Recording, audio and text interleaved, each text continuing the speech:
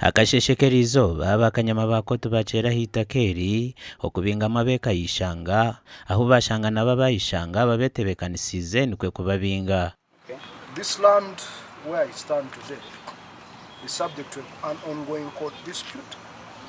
Allegedly, it has been sold by Bank of Baroda to some unknown people, despite the bank receiving payments from the customers that really mortgaged this property.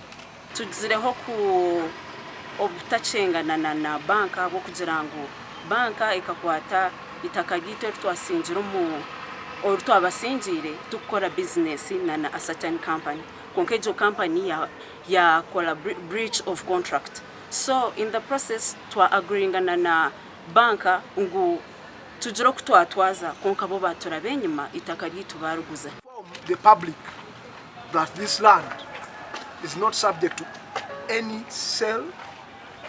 Secondly, we would like to inform the public that this land is subject to an ongoing court dispute where the family has sued both the bank and the person it sold to this property. Enshongezi zataho mukano James Mwesije RCC wa Mbarara City niko kwetemba zomba mu ofisi ye hatayichirizwa abanyamakuru nikwe kwemereza byabane bizakorwa.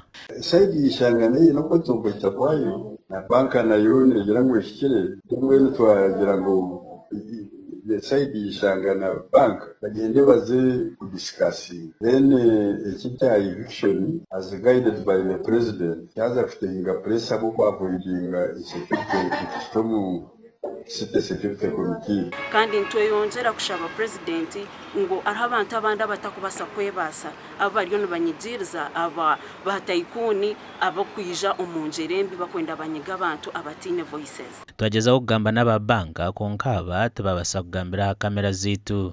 Adolf Ayureka, TV West.